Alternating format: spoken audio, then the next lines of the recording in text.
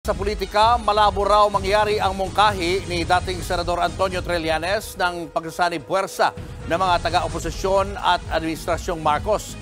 Ayon kay Senador Risa Ontiveros, mas gusto nilang bumuo ng solid opposition kasama ang mga anti-Duterte at hindi rin pro-Marcos.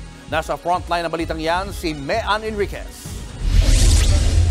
Hindi pabor si Senator Risa Ontiveros sa mungkahi ng kaalyado niya sa oposisyon na si dating Senator Antonio Trillanes na dapat magsanib puwersa ang oposisyon at Administrasyong Marcos para talunin ang napipintong pagtakbo ng tatlong Duterte sa Senado.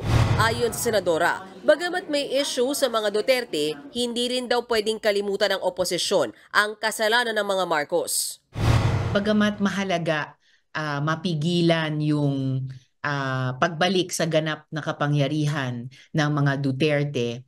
At the same time, may mga unresolved issues sa ating kasaysayan ng mga human rights violations at plunder, panahon ng martial law dictatorship. Dahil hindi tatakbo sa 2025 elections, abala ngayon si Ontiveros na tulungan ng Liberal Party sa pagbuo ng senatorial lineup para sa halalan. Sa ngayon, sina dating Senador Bam Aquino, Kiko Pangilinan at Attorney Chel Jokno pa lang ang kakandidato. Target daw nilang makabuo ng 12, kaya umaasa silang sasama sa slate si dating Senador Laila de Lima kahit nagsabi na itong wala pa siyang planong muling tumakbo. Aminado naman si Ontiveros na kailangang magparami ng oposisyon, pero kung hindi sa administrasyon, kanino pa ba sila pwedeng makipag-alyansa para makabuo ng solid opposition? Actually, malawak-lawak pa yung opposition and oppositional groups na hindi pasok sa administrasyon at hindi rin aliado sa mga Duterte. Pag inanunsyo namin publicly yung aming mga kandidato para sa Senado next year, magsasama-sama na kaming lahat. So, tignan po natin. It's part of the work in progress.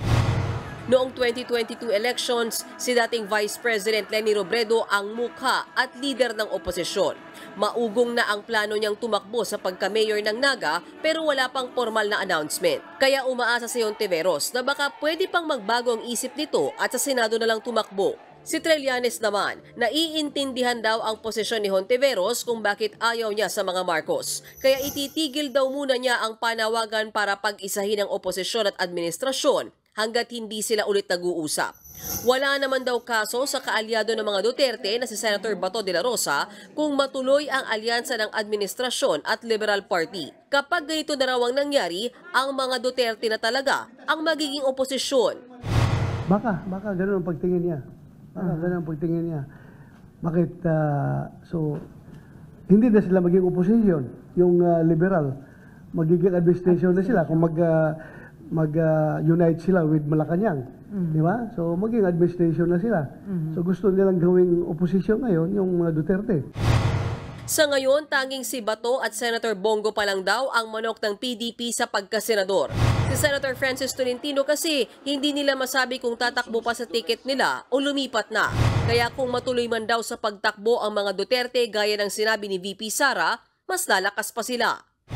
I know VP Sara, pagdating dyan sa ganung mga bagay, hindi yan siya pwede magbiro. So, pag sinabi niya yan, malaki ang posibilidad na talagang mangyayari yan.